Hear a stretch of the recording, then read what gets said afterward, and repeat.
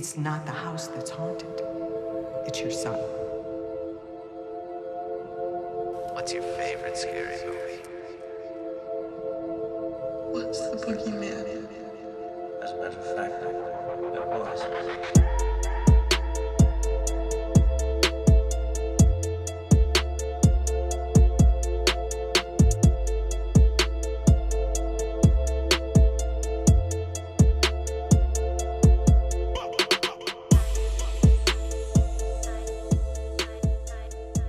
What's up, everybody? Thank you for tuning in to Slashers in Sync. I am so happy to be back.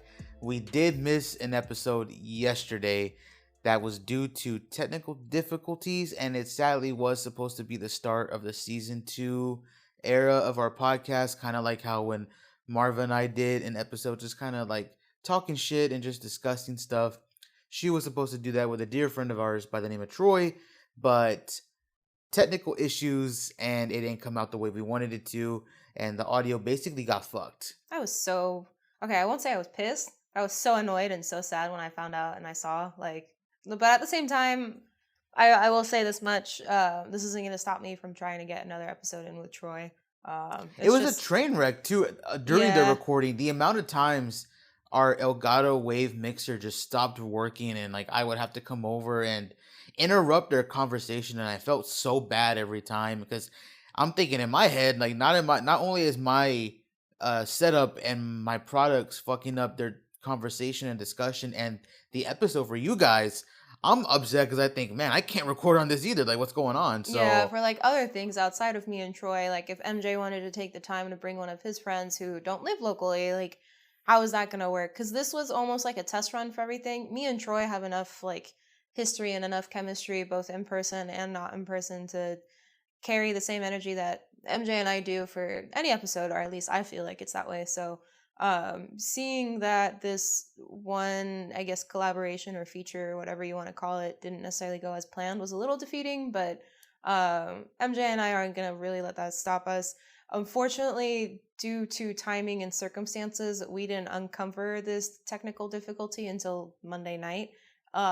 So that's another one of the reasons why the episode wasn't released on time. However, I promise this is, I'm gonna knock on wood, be the only time that this happens, and we'll continue to keep bringing stuff out consistently. I know we said on the Instagram page that we may make it up to you guys and do a double feature this week. Honestly, I'm leaning towards more yes. This isn't going to stop us from still putting out an episode upcoming Tuesday. So even if the second episode for this week is released on either Thursday or Friday, Tuesday we'll still have something coming up for you guys just to make it up to y'all. But I guess without further ado, we'll just kind of dive into the matter of things.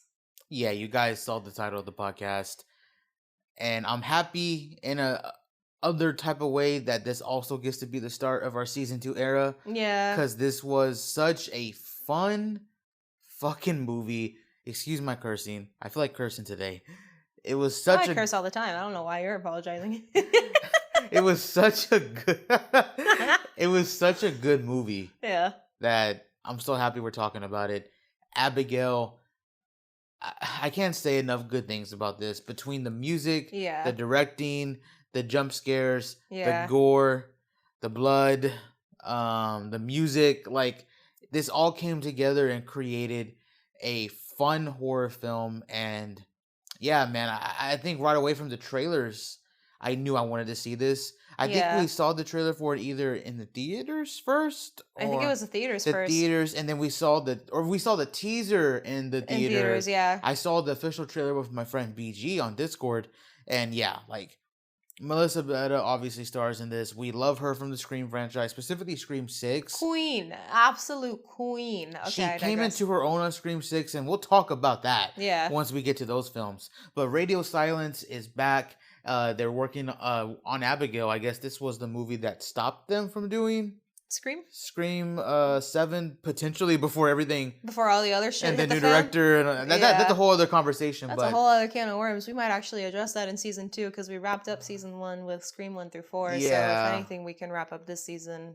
with Scream 5 and 6. Yeah. I don't know about 7 because I have my own stance with 7, but I digress.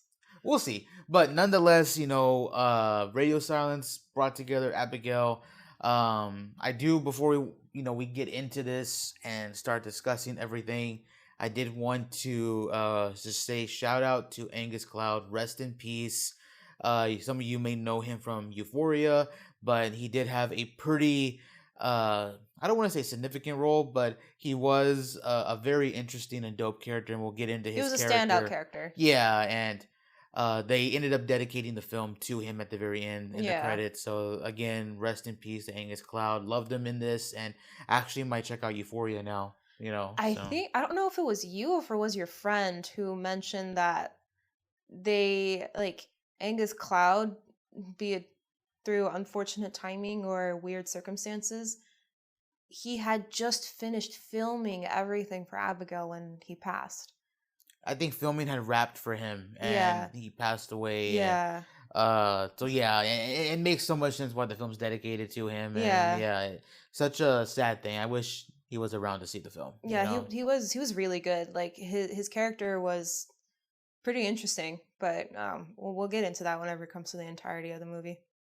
So I'll read the synopsis real quick for the people who have not seen this, but who are clicking this just because you're friends of ours, and then I'll give you the spoiler warning. But the synopsis of this goes: after a group of would-be criminals kidnap the 12-year-old ballerina daughter of a powerful underworld figure, all they have to do to collect a $50 million ransom is babysit her. But in this isolated mansion, the captors start to dwindle one by one, and they discover in their mounting horror that they're locked inside with no normal little girl. And I promise you watch the trailer, you're also going to get spoiled on that too. So the synopsis actually does a better job than the trailers for the most part. I think there was one trailer, either the second or the third time we saw it. I don't know if it's the first trailer that released or the second trailer. But at one point, it's I think it's Sammy, the character Sammy screams out, "A ballerina vampire?" Or something along the again, sorry for the lack of spoiler alerts, but this was already in the trailer, so I guess you can blame Radio Silence for leaking that part out there. But it was just fucking hilarious seeing that come to life. No, it was fucking hilarious, and but not in a bad way. Like hilarious, like I thought I genuinely would get bored, or maybe just kind of be like, oh, this ballerina shit is gonna get overplayed. No. So what are your thoughts on trailers, actually, before we jump into this, that give away too much? Because I feel like some movies you shouldn't give away that much. But when you have a movie as batshit crazy as this, with like editors and people coming forth saying they used blood rockets. Yeah. Tell us whatever you want, bro. Like show us whatever you want to show us in the trailer to get us to go see this shit. I remember, and I think this was before the movie was released, I saw a little snippet of Melissa, how do you pronounce her last name? Barrera. Talking about her most favorite part of filming the movie. And it was the quote-unquote buckets and rockets of blood. They were dousing everybody in blood. Everyone. No stone left unturned, essentially. And I can see how, and I can see why. Because, fuck, dude, the way that these characters would, I guess, quote-unquote, die, or I guess the vampires would die, that was fucking insane. Like, I hadn't seen a reaction like that towards the vampire being killed, essentially. That extreme, I want to say since Vampire Diaries. Yeah, maybe, yeah, actually. Because the majority of all the vampires that I've seen killed, they either crack like stone or like ice like Twilight. Yeah, or like ice like Twilight. Or they just turn to ash and disappear, or they like shrivel up, or all the years of their lives finally catch up to them and then they die all within like 5 minutes. This is one of the first times where you see a vampire quite literally explode. I won't say how. Not until later, but I could see why, like, using that tone in the interview, watching the movie, it makes perfect sense. Plus, if you also throw in the poster in the beginning, you have a girl in a white, giant tutu dress where the front half of her tutu dress is drenched in blood. So much blood to the point that at the tip, like at the bottom half of the poster, there's so much blood that it's almost black. that means she is drenched in blood. Yeah, they didn't really want to hide this from anybody. No. So And I loved it. And I get it. And yeah, bro, Melissa was more bloody in this film than she was in Scream. Any of the Scream any of the films, movies that she yeah. was in. But to go back to your whole point about trailers and them giving away enough shit, I've told you this before. I don't give a fuck. When I see spoilers, be it online, on Twitter, on Instagram, through trailers, whatever it may be, will I be upset due to the inconvenience of the surprise being taken away? Yes. But am I going to throw a temper tantrum over it? Fuck no. I am still, knowing my dumbass, I am still going to forget, or at least halfway forget. Yeah, don't make fun of me. I sometimes forget certain details, not everything. I forget that I've seen the spoiler, or like I know about the spoiler, and then whenever time comes to me consuming said media, I'll either remember in an instant, but I still at the end of the day, regardless of whether or not I remember it right away, remember it walking in, or remembering it at the scene playing out, I still create my own interpretation of the scene. I don't let whatever quote unquote spoilers ruin my experience, because like okay, I figured out the plot, that's fine. Doesn't mean that whenever I'm sitting there watching the movie, I'm gonna have the experience that everybody else had, where they already knew and it's all ruined. Like the surprise is out, like they can't take it back. No, for me, I'm not gonna say I can fully take it back, or the shock factor is still gonna be there. No, it's not gonna be there. But at the very least, I can feel that anticipation up until that point. Is it upsetting to where I'm not literally on the edge of my seat? Yes. But again, am I going to be really upset about it and throw a fucking temper tantrum? Fuck no. No, I agree with you. I feel like there's a time for it, and there's also a time where it's not needed. Yeah. But I feel like some people have gotten smart enough with trailers. At one point, people were showing everything in trailers, but I think now people have kind of understood that some things are better left unsaid, and then you get to that whenever you watch the movie. But again, spoiler warning, we're about to jump into the actual breakdown of the film. Go run through it real quick, and then also give our likes and dislikes if we have any dislikes. And yeah, we'll get into that right now. So, Abigail. So the film starts off with a girl, also ballerina. Again, no shocker there. Cover. Sorry, y'all. Yeah. So ballerina, right? She's dancing, doing her thing. She's practicing, and like there's a cool shot, like the spotlight is really on her, and it's again very reminiscent of the poster, if you will, just without the blood. I think she's doing Swan Lake, if I'm not mistaken. She's auditioning for Swan Lake, or doing her portion in Swan Lake. So yeah, like either a rendition of it, or just like a whole, like she's just practicing her segment of it.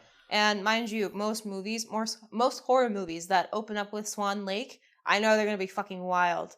Yes, I'm referring to Black Swan. Yeah. We didn't skip over to like a whole group of people who seem to be like working together on some like Mission Impossible like Spy Kids type shit. Kinda, yeah. Because funny enough, it was a cool little like intro to those characters. It was a really cool intro, because usually whenever you have a group of people trying to do a heist, or like I guess kidnapping, if you will, they're all in the same place at one point, or at least depicted on being in the same place at the same time, talking about the plan and then dispersing and doing it. It seems like when the audience was watching Abigail, we didn't know it at the time, do her dance in the beginning, that was the time that all the people were maybe devising their plan, or talking about their plan, or about to execute their plan. Because once that scene ends, we're immediately tossed into the scene where I'm seeing these 6 different characters, but it doesn't click until a couple minutes later that they're not all together.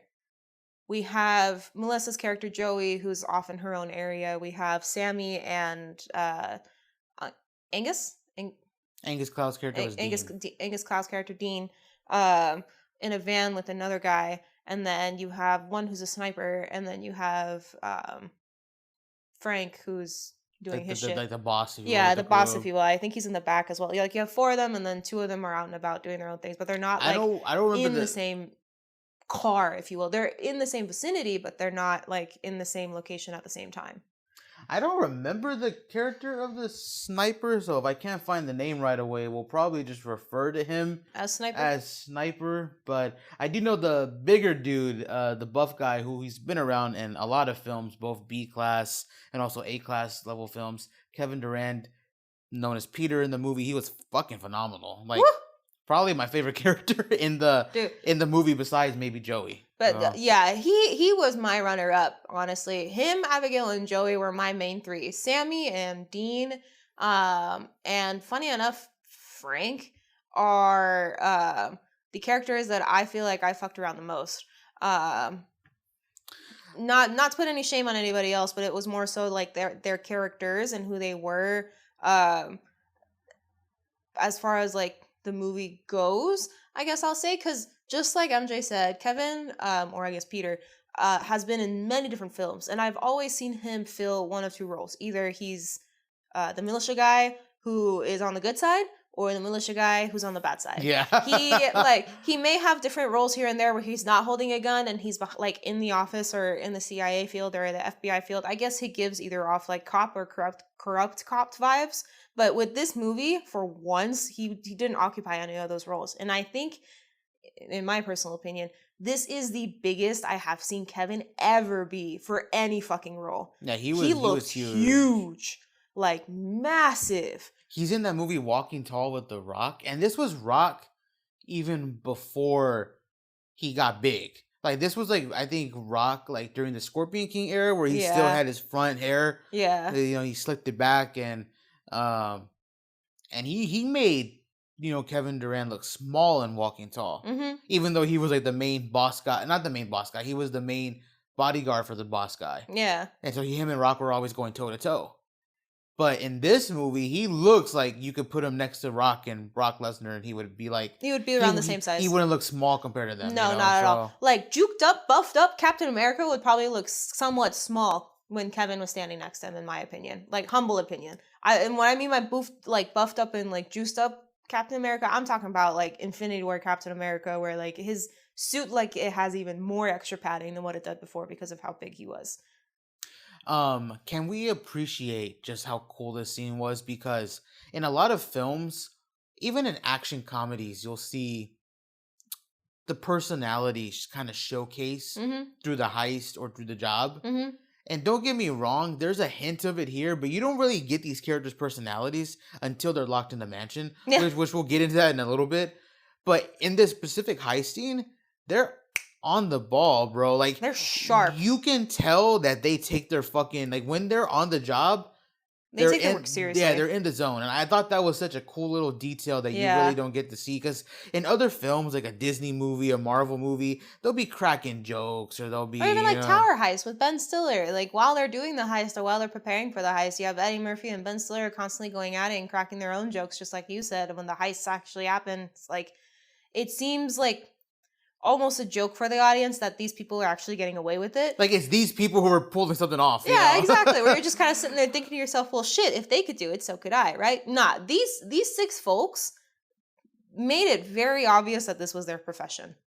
Yeah. And that's it. And that they were good at something, which leads to the introduction to them in the mansion, which we'll get into that in a second. Yeah. Once we find out that the person or people that they have selected to perform this mission on kidnapping. Yeah, that's why I said mission, but it's a kidnapping. Is the girl that we saw in the beginning of the film, and Joey, Melissa Barrera's character, which we'll get into the name of these and why they're names, but they're code names. But Joey basically is the only one who's reluctant on taking the girl. Yep. Peter seems like he doesn't really want to do it either, but he's trying to get that payday. Yeah. No, so I think what happens is that Sammy, or I guess Kathryn Newton's character, she breaks through the firewall, gets everybody in minus her and Dean. They all go through the house, figure out a way to get to Abigail. I think there's like some sort of fuck up along the way where like a door opens or a floor creaks or something happens where Abigail gets tipped off, or I guess the little girl, and they all jump her and they put like a fuck ton of tranquilizers into her. They end up taking her to the, I guess, new location, which is very similar to the place that we were just at. Also very heavily guarded, it seems. Very, like, secluded, if you will. No guards, just have heavily, like, I guess, it ironed seems up. Imposing. Yeah, like, ironed up. And then once... Which is probably like a foreshadow to what why that mansion exists and what it's used for. But exactly. Yeah. So I'm surprised we didn't catch that thinking about it, but now, yeah. I mean, So yeah, like you said, it's very heavily armed, opposing, and yeah, they're there with the little girl, also known as Abigail, which they reveal that in a second. But nonetheless, we get introduced to, I believe, Lambert's character, otherwise known as Giancarlo Esposito, and Gus. Gus, Breaking Bad. I was like, look, it's Gus. Moff Gideon? Moff Gideon, right? No. Yeah, that's Gideon. Really? Yeah. Moff Do you Gideon. not know that? Yeah, no, it is Moff Gideon. I just forgot the character's name. Sorry. I should have just said Gus from Mando. Yeah, that's it, honestly. You probably would have got Gus, that better. Yeah, you're like, oh, Moff. Yeah, that's right. That's why I said Gus, man. Gus. So we get introduced to him. Very imposing character. Seems very calculated, conniving. He does like not... always. And once we get in this mansion, everyone gets to show their character. Kathryn Newton, Sammy, shows how funny but over the top she is. How much of a goof Peter is. How serious Frank is. How like straight to the point Joey is, right? Also Dean's high ass, you know. Dean being drugged up like a motherfucker, but that's only because Lambert said, now that you have the girl here, you've taken care of everything, and you know you've gotten the hard part over. Now it's just a matter of making sure you keep her here within 24 hours, and you get your $50 million split up 6 ways. So y'all can do the math and figure out just how much it is. And once that was said, that's when everybody started to drink and have fun. Well, I was going to say before that, that's when Lambert gives everyone their code names. Yeah. Because no one knew what to call each other. Nope. And they needed to be there for 24 hours. Yep. So at least that's what the plan was. Exactly. So Lambert gives them the code names, and here we are introduced to our main cast. Dean, Joey, Sammy, Peter, Rickles, and the boss, Frank. So we finally get names for these characters. And can I just say, Kathryn Newton, killing it in the horror game. Phenomenal. It was so dope to see a film with her and Melissa Barrera, because you're putting 2 scream queens together, and I thought that was so cool. Yeah, also, just if you guys don't know, Kathryn Newton was in the movie called Lisa Frankenstein. I forgot what streaming service it's on. I think Hulu or HBO? Peacock. Or Peacock. You're off. I said everything but what it's really on. But the cock. But Peacock. But Peacock. She's also on Freaky, which yeah goes back and forth between Hulu and HBO. Yeah, so she's on Freaky as well. She's had a solid horror run for a good while now. 3 back-to-back in all honesty. I think she's in an Amazon horror film too, but she is in an Amazon I don't remember one. the name of it. And I think you pointed out she's the new daughter for Ant-Man as well. Yeah, she's also the girl who is the reoccurring character with the police mom from Supernatural. So she's the young blonde girl. She subs in? She's that young blonde girl who's the daughter of that police officer that Dean and Sam always go to. Remember, she has 2 girls. One's a brunette, and then the adopted daughter is her. I didn't get that far. Yeah, that's she's the. So it's cool. Okay, so I guess her debut was in Supernatural. It's cool to see her progress to this level to where and I can't wait to see her do more horror films. 100%, because she's not just in mainstream media; she's also in like horror media. And in all honesty, she does a fantastic job. Whatever role she has, she fully embodies it. She tends to, or at least a lot of people seem to cast her as more of like the eccentric and slightly over the top characters.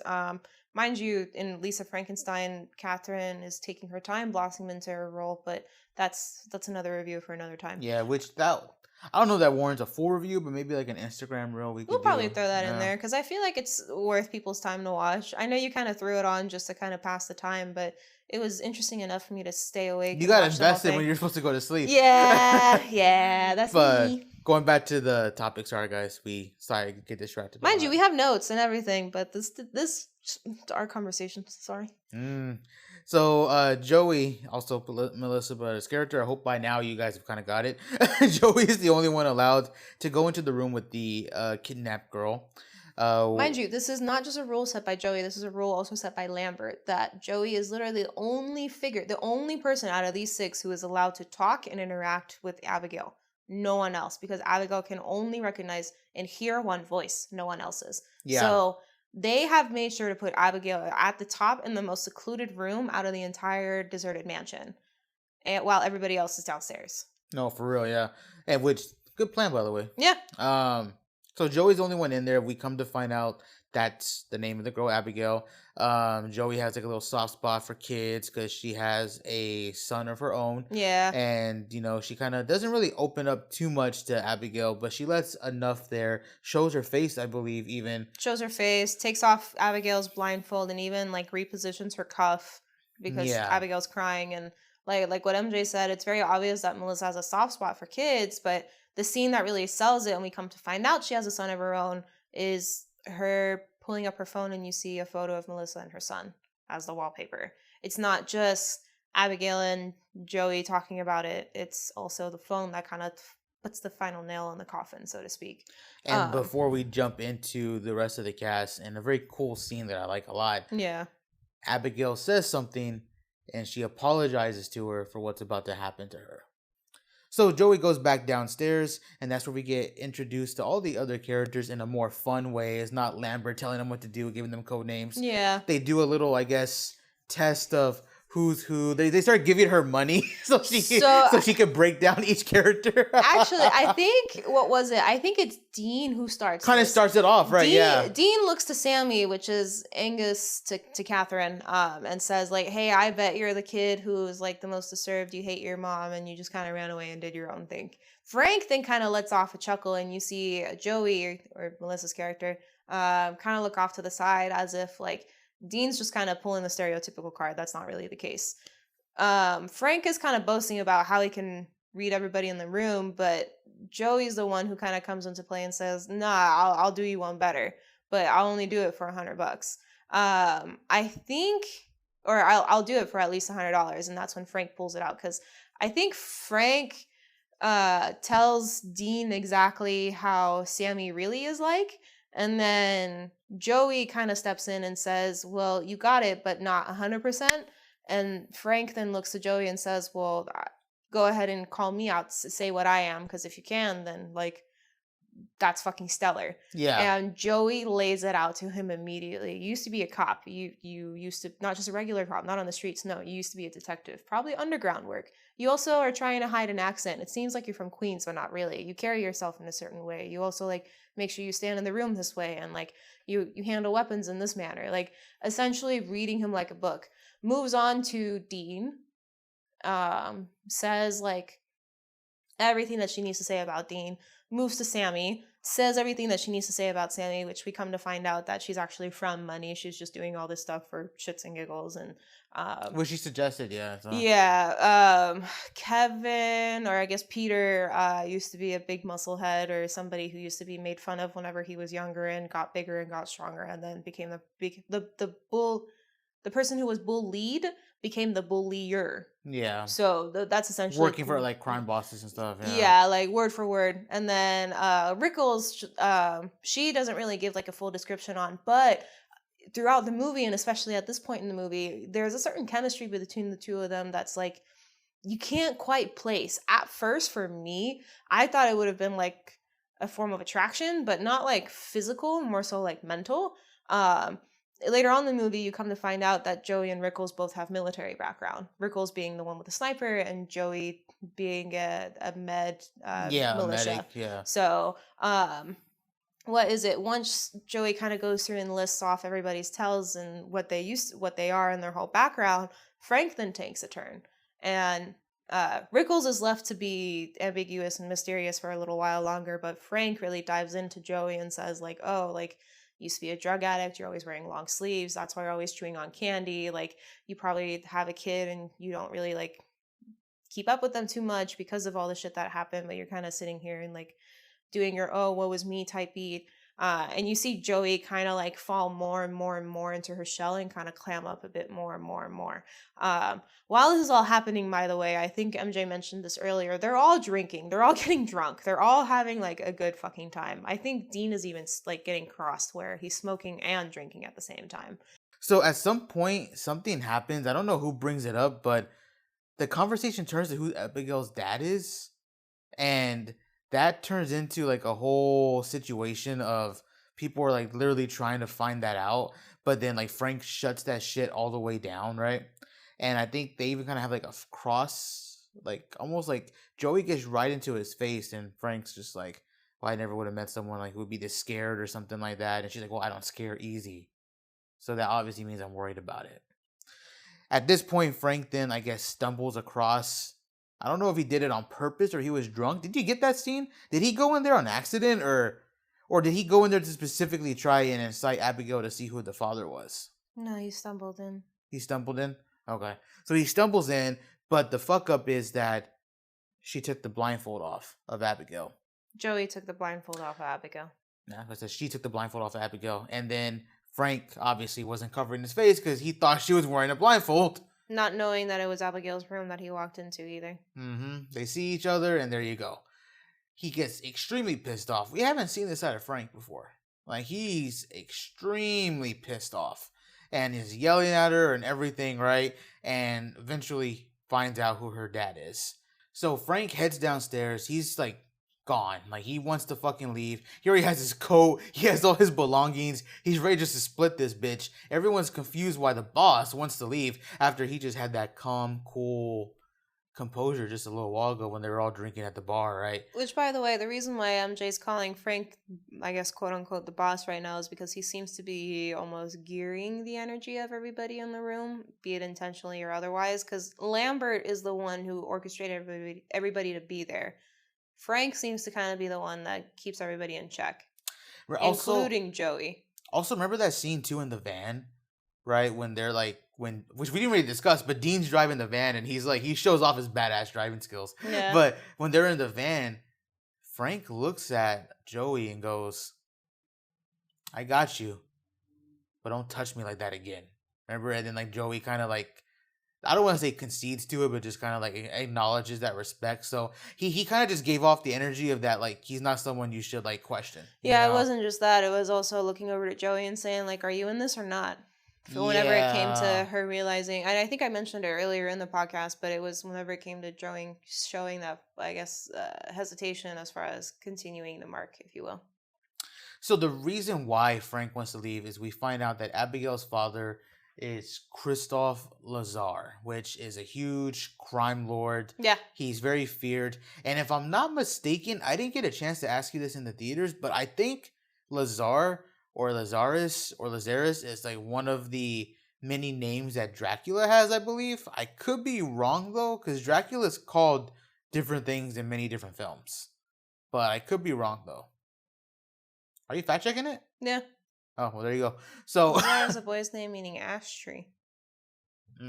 So maybe I'm wrong then. The name sounded familiar when they said it. Yeah, so it's probably like a name that was cycled through, of like somebody similar to Dracula or Dracula's name. I've watched plenty of vampire movies, even though I'm scared of vampires. They're actually the one thing I'm really scared of. Like the idea of biting your neck, like, just kind of terrifies me. Anyway, so they're all fearful of this guy. Everyone in the room seems to know Christophe Lazar, especially Rickles, especially Joey, especially Frank. I think like the way that, so when Frank name drops Lazar, the tone of the entire movie immediately switches. Like, you've had this slow build up come up where, okay, group of 6 people will do a heist, but the heist is not a traditional heist. It's for a kid. The kid, it will get them at least $50 million. All they have to do is babysit, right? And then you have this slow build. You have Abigail throwing the line, I'm sorry, what's going to happen to you?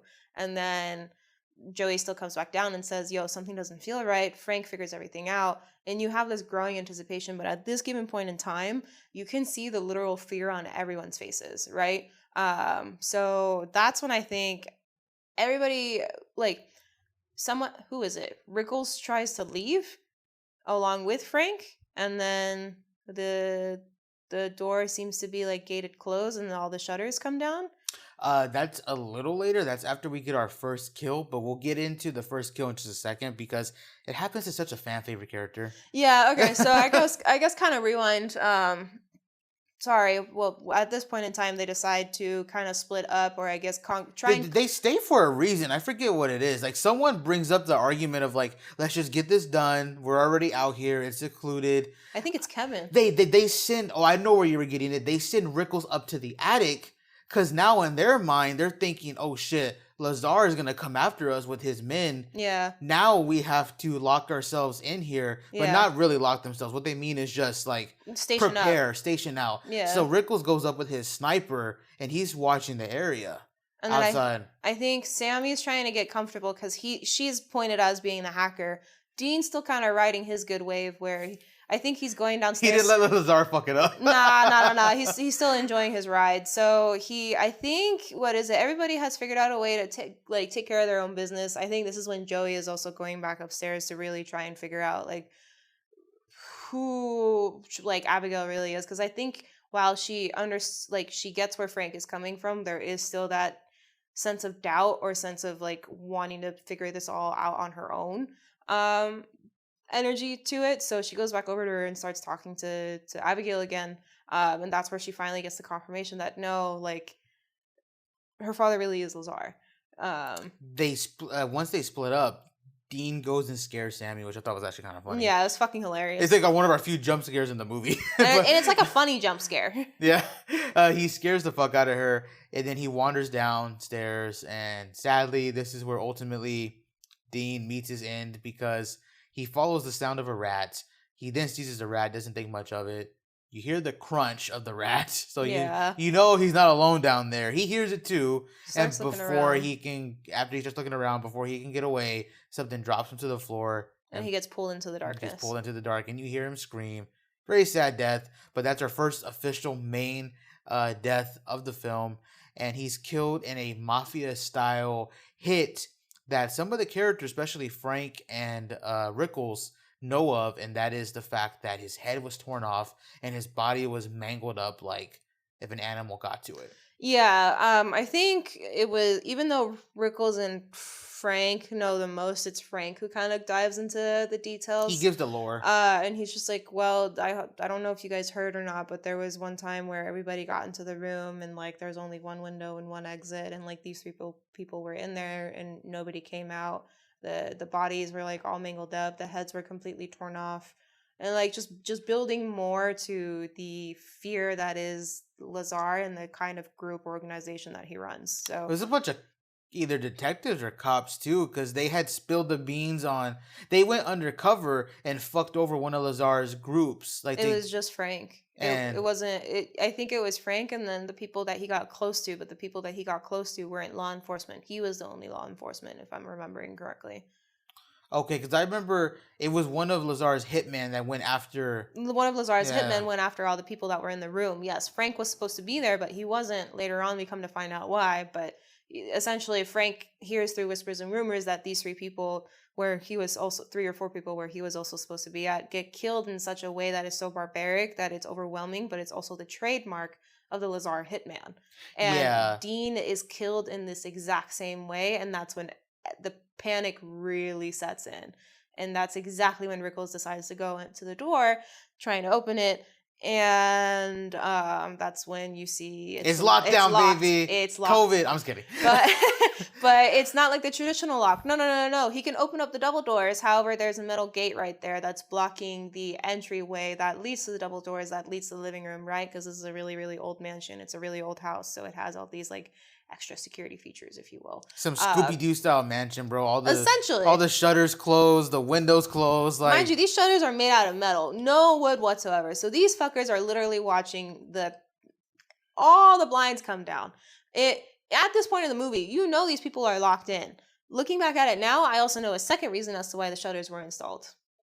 Sunlight. Oh, 2 for 1, yeah. right? But hey, guy, I will dive into why sunlight is so significant right now. Hold on, don't jump ahead.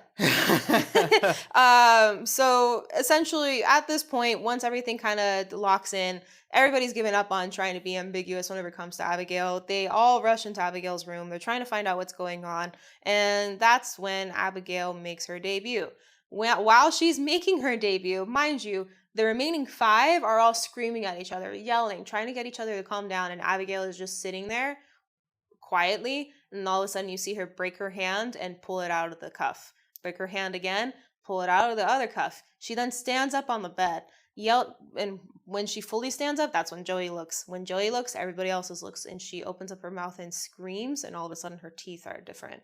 Now you know exactly how she's been getting in and out of those chains and going around and messing up with people, specifically Dean. So she's made her full debut. And They shoot her in the head, doesn't she? And she regenerates instantly, right?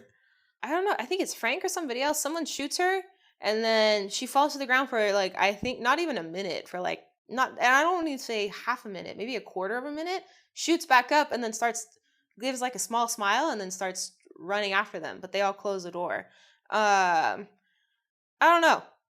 During this whole scene, they almost like activated the vampire in Abigail, if you will, where like she's no longer that cute little 12-year-old girl anymore. She is the vampire ballerina.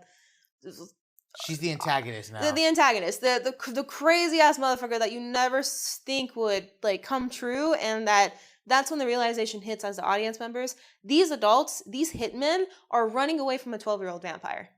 She's not really 12, but she embodies. She has the body of a 12-year-old. And you could tell that they knew what they were doing when they wrote that scene too, because even the characters, like, you could tell the energy they're giving off is like, we're running away from a 12-year-old vampire. Like, yeah. Like a 12-year-old. Like, it's the only person who didn't really want to accept that it was a vampire that quick was Peter. Yeah. But he also seemed to be like a religious nut, so he was holding his, Yeah, his he was cross. holding on to his cross. He was constantly saying, no, that's not true. I mean, mind you, this whole conversation about them trying to coming to the realization that Abigail is a vampire is after all the cute little, well, not really cute, but I like to call it cute little pop-up scares that Abigail does. And during this scene, during, I guess, the peak of the scene where there's less dialogue and more screaming, you can tell that Radio Silence was kind of shooting things in a way where if somebody were to make a maze based off this movie, it would be very easy. Can I say this before we jump to the fight scene or where Abigail's taking on everybody? Mm-hmm. So before they go fight Abigail, because now they have confidence as a vampire. Yeah. And they have gotten to get everything, right? He sends Sammy into the kitchen to get garlic. She comes out. She's ready. She's the first person back. Yeah. And Frank looks at her. And I don't like Frank that much as a character, but this scene sended me. This scene sent me to places I never thought I would go. He looks at her and says, and turns his head back to Joey, Sammy, those are fucking onions. Doesn't look at Sammy, looks at Joey and says it because it's very obvious that he's so upset he could probably strike her right now. Yeah. Mind you, like at this given point in time, they're all trying to figure out what to do to get rid of her because they're right now they're all on the wave of fuck the money, I want to survive. My life's more important than this money, right? Because up until this point, they've been focused on making sure that they get the job done. It's going to be a little under 10 million each. So they're going to have a whole new life of their own, yada, yada, yada. But like with this, now they're all going down the list of like what kills a vampire. And Sammy makes a good point. She says, well, what kind of vampire? You got the Twilight vampire. You got the Vampire's Diary vampire. You have the True Blood vampire. You have Dracula vampires. What's going to happen? And if you're a supernatural nut like me, you're going to know it's not just a wooden stake to the heart. It's also sunlight. It's also breaking them apart. It's burning them alive. It's draining them of their own blood, giving them dead man's blood. Like, right. There's so many different options to kill a vampire out there and very limited resources, which is why Frank and everybody else, aside from Joey, decides to run down the list and figure out what'll work and what won't. Actually, we skipped a whole big scene that actually plays a huge part in the movie. We skipped Rickles' death. So Rickles' death. Rickles' death happens even before they find out Abigail's a vampire, and that's what leads to Joey going downstairs and pulling the gun on Frank, and that's where you get to see Frank kind of break down a little bit because Frank's all about control. Yeah, he's all about control, and right now his facade slips. One of his underlings, if you want to call her that, even though she isn't really, not only is challenging him, but is putting the gun to his face because she believes what Abigail said, and Abigail said that Frank was one of Lazar's hitmen. He's the one who killed Dean. He's the one who killed your friend, and that's what leads them up to the room. I completely forgot about that. Yeah, I did too. So I guess kind of backtracking and everything. Joey really does go into the room the second time to talk to Abigail, but this is after Frank has gotten word that Lazar is Abigail's father. Yeah. So this is Joey going up, confirming that Lazar is Abigail's father. There was a little subplot there with them thinking that a hitman was already in the house. Yeah. Then they were trying to figure out where this hitman was, not realizing it was Abigail It was Abigail. doing So it, Abigail wasn't lying. The hitman was in the house, but it wasn't in the team of 6. It was herself. Yeah. But I guess kind of moving forward to what we were talking about, they all kind of arm up with everything. Sammy finally figures out. Sammy finally figures out where the garlics are and holds on to the clove of garlics. You have Frank with the wooden skewer. You have Peter with the cross, and it's a golden cross. And then I think somebody else is carrying something else, if I'm not wrong. No, it's just those 3 because Joey sat it out because she said it's not gonna fucking work. Yeah, at this point in time, there's only 4, so Joey's kind of standing back, and she's like, "All right, you guys have fun. I'm gonna lay back and I'll just be here." So the 3 of them team up. You have the poor Sammy. I noticed that throughout this entire movie, she was constantly being thrown up front. She is thrown up front with her little garlic. You have Frank with his steak in the middle, and then Kevin or Peter behind him, big ass dude, holding on to the cross that's on his neck. So they all stumble across Abigail, and while I guess Frank's scene with the onion and the garlic sent you, the scene with the garlic and Abigail fucking sent me, because I was just sitting there with my mouth wide open, smiling and chuckling, but at the same time, there was so much happening that I couldn't sit there and really digest exactly what I witnessed. Abigail pops up out of nowhere, takes on all 3 of them, easy, and it's very obvious that she's toying with them. Pushes Sammy down, grabs the triple clove of garlic, and like runs it across her nose and smells and smiles, obviously saying without really saying, "This doesn't fucking affect me. I love garlic. Thanks." Frank comes up with the wooden stake, tries to stab her. She then like turns the stake back towards him and has him stab his thigh.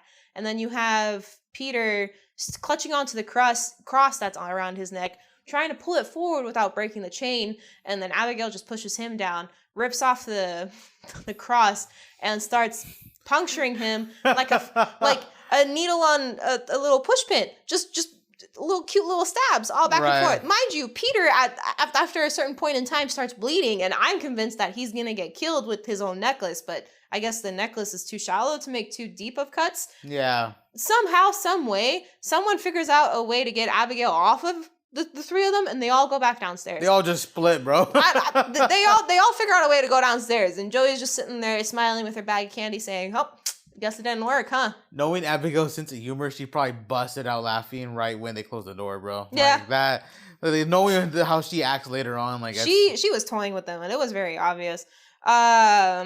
So after this, it's just those 3 and Joey. Joey then brings up how they can do this and they have a plan. Yeah. She has the tranquilizer or whatever the stuff is that they're injecting her with. She has that.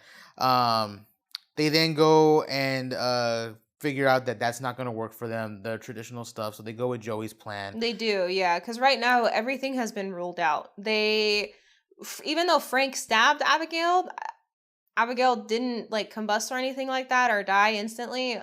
We come later to realize that the wooden stake does work, but it has to be through the heart. It's not anywhere on the body. Like other traditional vampire films. But so they go on a little search for Abigail. And this is really where like the Scooby-Doo maybe inspiration comes in. Like it's like a maze like you brought up earlier. Radio Silence, and I believe the director for this film is Matt Open. So they do a good job of showing the shots and just showing how everything looks when they're roaming around the mansion. Yeah, I love that part a lot. Man, just talking about this movie wants me to buy it already. I know, yeah. Because it is out on digital as of this recording. It was released yesterday on digital. So wow, it's only been out for a little over a week. So you can pick it up on Blu-ray. Oh no, it came out in April.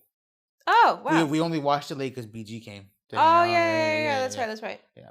So it's out for you guys if you want to go check it out. We're probably going to buy it after this recording. Honestly, yeah. So anyways, this movie does a good job of showing you just how big the mansion is, how scary it is.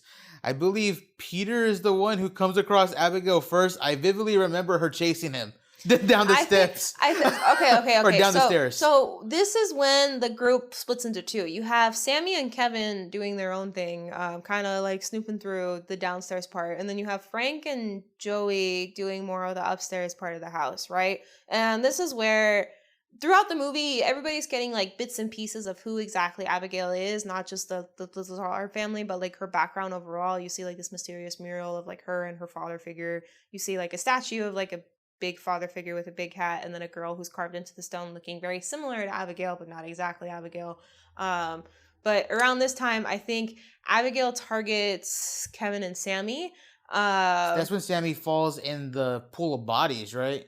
That's when Sammy falls into the pool of Because bodies. she screams, "I'm in a and then that's when Joey and Frank start running towards them, and then I think that's when Abigail gets Kevin. Yeah, Peter runs into her. I remember him going, "This door holder," breaks through the door, and then she runs into Frank. They kind of have a skirmish. She beats the fuck out of Frank, and then that's when Joey comes in.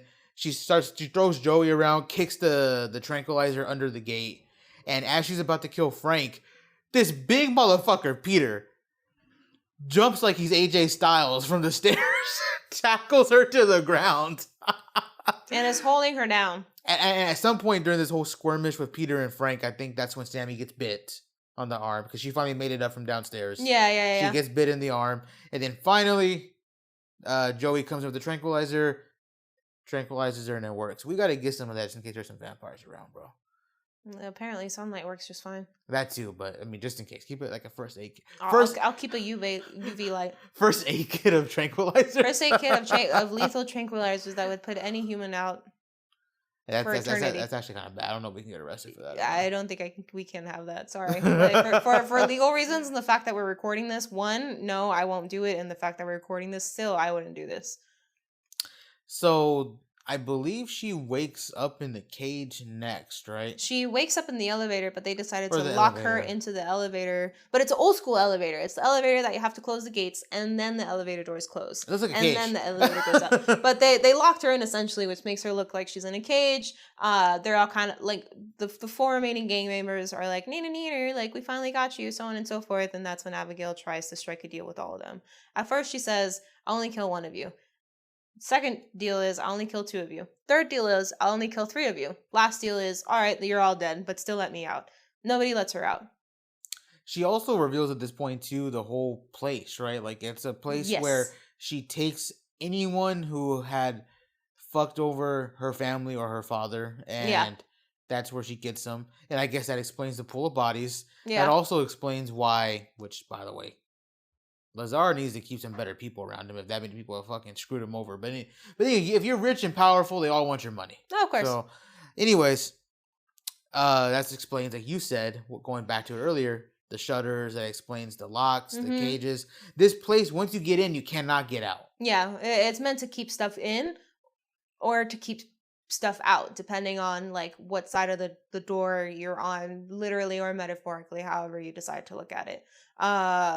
I think around this time too, like, I forgot who was it, Kevin or was it Frank who tried? Oh no, it was Frank. Frank came back and was kind of opening up the door, or tried to open up the door. But before the scene unfolds, this is when Abigail does the big reveal and exposes the remaining members to each other, using their real names, giving their real backstories, and how they wronged her father and how they're all connected to begin with. I think everybody exits, and then Frank kind of stays behind or comes back in, and Abigail hits a nerve. And then I think he opens up the door to let her go. No, he leaves her in there. He took I guess, whatever she gave as a way to get out of here. Oh, yeah. Took the advice. So he starts walking away like, you're still naive or whatever. And then she breaks open the thing, showing that she was never actually trapped. She was just kind of there for entertainment's sake. That's what I meant by her. Like, she seems to fuck around a lot. Yeah. That's when Frank rushes to the library, because I guess the exit that Abigail gave him is the library. He finds the book, pulls on the book, nothing happens. And then when the whole remaining group, so Joey, Peter, Frank, and Sammy are all in the library. They realize sunlight works. No, they don't realize sunlight works. They realize that sunlight is out. Sunlight is out, yes. At this point in time, sun finally rose, but what they're questioning is why Abigail isn't coming to get them. And that's where everything clicks with Joey. Sunlight does work. It's not just a tranquilizer. Yeah. I think this is when Sammy is also panicking about the bite, trying to figure out whether or not she's going to turn or not. And that's whenever you have Joey and Frank again split up, go upstairs. You have Peter and Sammy go downstairs again, but this time it's not Abigail sneaking up on them. She's in her room on her little stage that we see a few shots here and there throughout the movie. Suddenly stand up, and then you see a switch flip on Sammy, and then she's holding herself exactly like Abigail. Basically controlling her like a puppet. Exactly. And then within that given same, the camera then shoots towards Sammy's face, and you see the vampire teeth, but it's not the traditional vampire teeth that we've seen.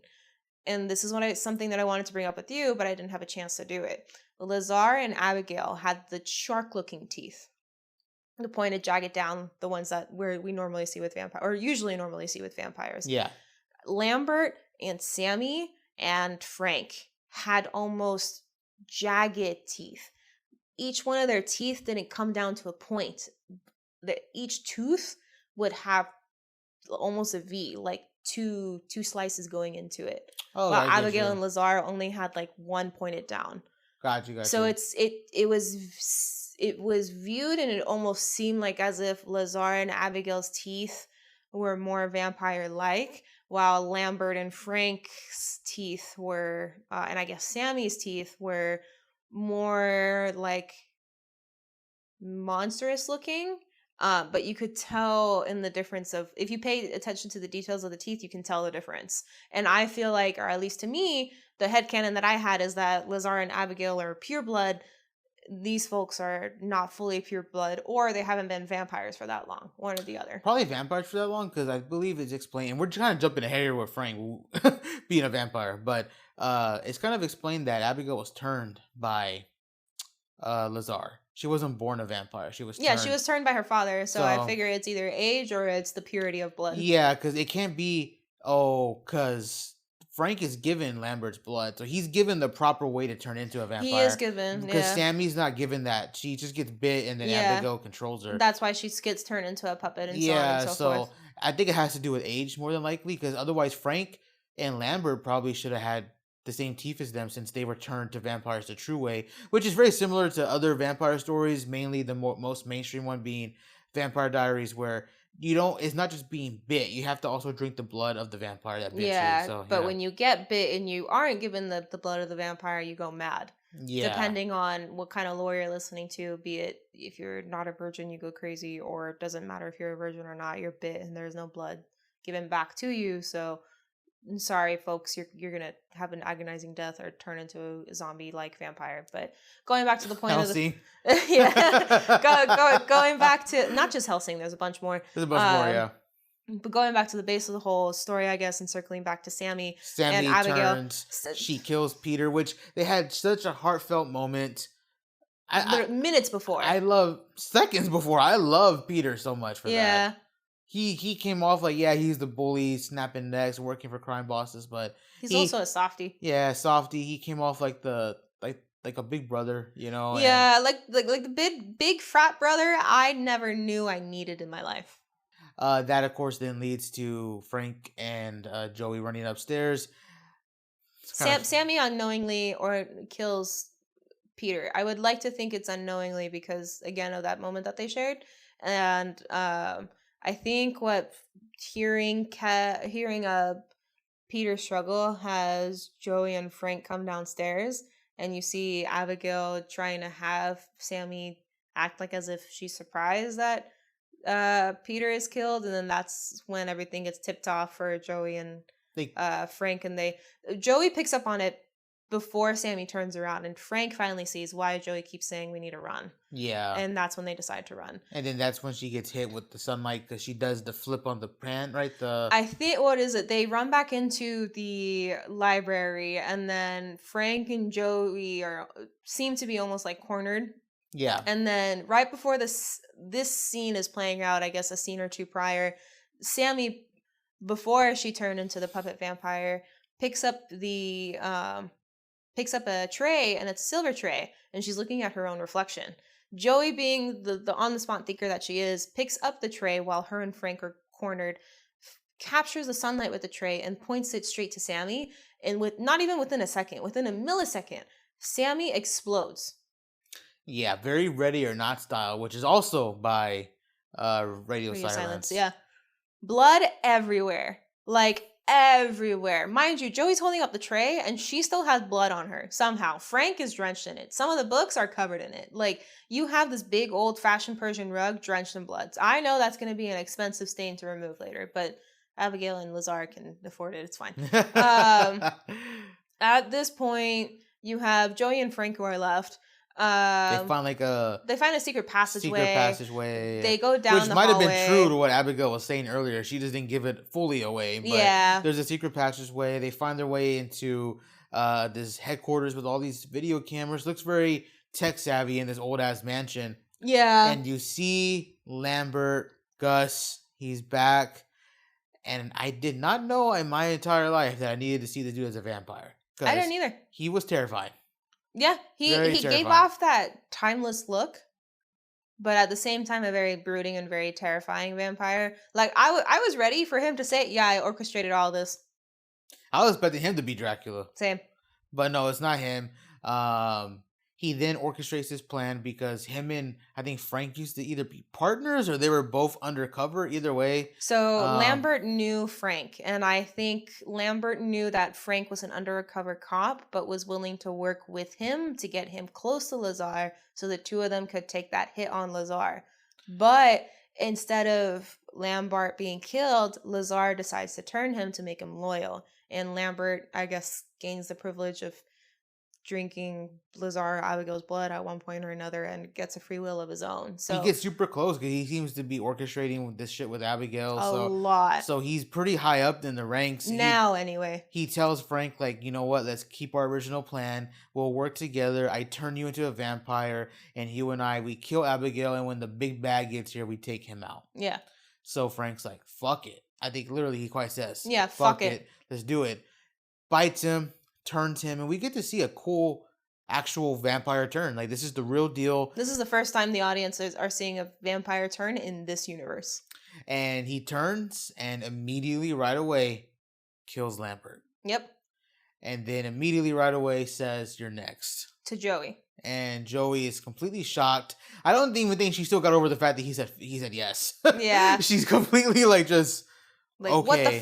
What the hell am I seeing? All right, let's figure out what's next.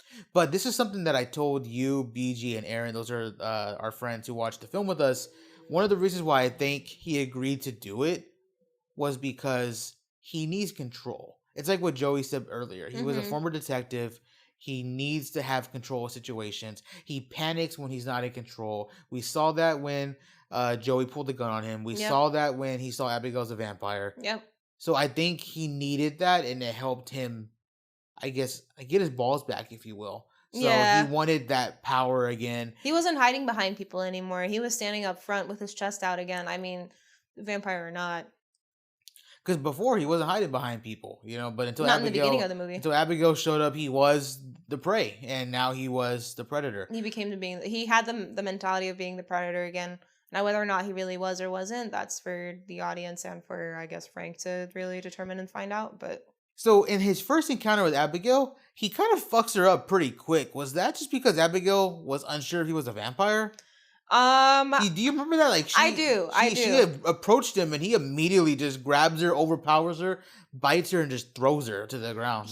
So I think he catches her off guard. She kind of had the plan because she makes fun of it later whenever she comes across Frank. Like, oh, like you and Lambert finally got together, and what did he say? That you guys need to join forces and overthrow my dad and me? Good luck. And then that's when Frank and Abigail have their first round at each other.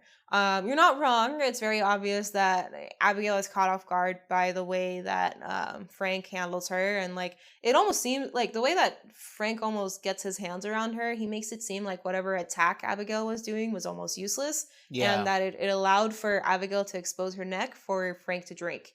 And Frank takes the time to nearly drain Abigail of blood. Mind you, she's been gorging herself of blood with everybody who's been there all throughout the night. Right. So that's a lot of blood. I guess, quote unquote, secondhand blood for a vampire to take. Now, again, I don't know how the vampires in this universe work, but I'm going to go based off of like previous experiences. And it's that a freshly turned vampire has quite a bit more strength than an older vampire. And that's only because of the human flesh that is part of their body and is still being converted. So it's almost like a surplus. Like, yes, these vampires are really thirsty and they're thirst derived and enraged with the need to drink, but at the same time, like, um, he doesn't have to have human blood as his first blood. He can take in that secondhand blood from Abigail. Does it give him more powers like in other lore? No, he just seems to suffice somewhere. And once he tosses Abigail to the side, he sets his eyes on Joey. Abigail gets enough energy again, takes Frank's attention from Joey back to her, and that's when this cute little callback scene happens where Abigail, after telling Frank, of course, the only way to kill me by blood is by to completely drain me. So that's when Frank again overpowers her for the second time, and his nearly almost completely draining Abigail of blood. And Joey, at this point in time, is skewered against the bookcase, is trying to figure out what to do. Somehow, some way, Abigail gets out of Frank's grip. I think it's through Joey, but there's also a scene where Frank literally, instead of pulling out the fire pick, he like pulls Joey through the pick. Yeah. And then drops her down. I think somewhere along the lines of there, Abigail and Joey silently create a plan to overpower Frank, and then that's when Abigail like really goes at it and finally kills him, and then that's when... Oh, remember, Joey played a big part because he bit her. Yeah. And he was trying to control her. He was. So when she gets back up, which by the way, she didn't scream at all when he bit her, but I think it was because her pain receptors were just destroyed when he pulled her through that thing. I think so too. Because she screamed like a bitch. She did, yeah. And that shit's not easy, mind you, because usually like when people are having something go through them, it's an arrow. And in this day and age, yeah, I know a lot of arrows are made out of metal, but there's also still a lot of good amount of arrows made out of wood. And I mean, thankfully, knock on wood, I haven't been shot by an arrow, but I know an arrow is easier to pull out than a pick because a pick has a lot of grooves and everything. So it's not just a straight shot that goes through and you can't break off the piece. No. She's being pulled through the metal, the handle, and the designer part at the top. So it's almost like as if the hole is being stretched while she's being pulled out. So yeah. Her pain receptors are pretty much on their wits' end. So she didn't let out a scream. She gets back up. Almost gives off the appearance that she is being controlled, but me being the detailed oriented person that I am, noticed that she didn't have a certain color to her eyes or around her lips that Sammy did, so she wasn't fully controlled. That's when Abigail the two of them overpower Frank, and they... She drops that badass bar, remember where she goes... This is usually like it takes time before you get to do the cool shit, Frank, right? Yeah. And then she finally kills Frank. Which is cool because it kind of does signify that these vampires, after certain years of training, many decades of living, they do have, or unaliving or whatever, that they do actually have some powers. They attain these supernatural powers that we associate vampires to having, but it's not something that's given to them right away, which is pretty interesting. Because I hadn't heard of that take before and I liked it. Can I say it? Yeah. So Abigail, who pretty much is on the side of Joey now, she understands what Joey's been through and she's willing to let her go. They work together. That was her whole plan. You help me, you're gone, get away. Through a cute little pinky promise. Pinky promise, that's right. As she's walking away, she bumps right into Christophe Lazar himself, otherwise known as Dracula. And man, after a whole movie of different vampires such as Abigail, Lambert, Frank, Sammy, a couple of them being vampires for who knows how long, a few of them being newborns, they somehow made Dracula seem like him. Like this was it. I thought to myself, and remember I told you and Aaron this, if Frank had stayed around with the hopes of, after killing Abigail with Joey, if he had stayed around to fight Dracula when he pulled up, milliseconds. I'm pretty sure Dracula would have got his head like milliseconds. Quick. Like there was a clear difference in energy between all of these characters, and Dracula had the most drip in that fucking movie. I said this, I think, in response to you and to Aaron, and I still stand to this day. And it's that when Lazar or Dracula walks in, the energy of the scene shifted. Yeah. completely. So you have Abigail, who's this very funny, like whimsical, but also menacing antagonist, and then all of a sudden her father walks in, and I felt my ass cheeks clench. I was like, "Oh, that's him. Great. All right." No one makes it out of this movie, bro. Yeah, like Joey's dead. Abigail's gonna get punished near close to dead. I know she's not really gonna die because I mean she's a vampire, and let's be honest, this is like he's her father, so on and so forth. And I mean, Abigail finally, quote unquote, got the attention that she wanted from her father, right? So she's gonna do everything that she can to appease him. So even if it means he wants to kill Joey, then he can. But lo and behold, we're surprised to hear, or at least I was surprised to hear, that Abigail was telling her father consistently, "No, don't kill her. She's the reason why I'm alive. She was here. You weren't." weren't. And he said in response, "I came when you needed me," meaning that if you were really in danger, I would have made sure to be here, but you really weren't, so don't worry about it. And that plays into the opening scene when she's dancing. We didn't say this, but she's dancing alone. There's no one watching her there. There's no coach. There's no ballerina teacher. There's no random person in the audience. No, it is an empty stage.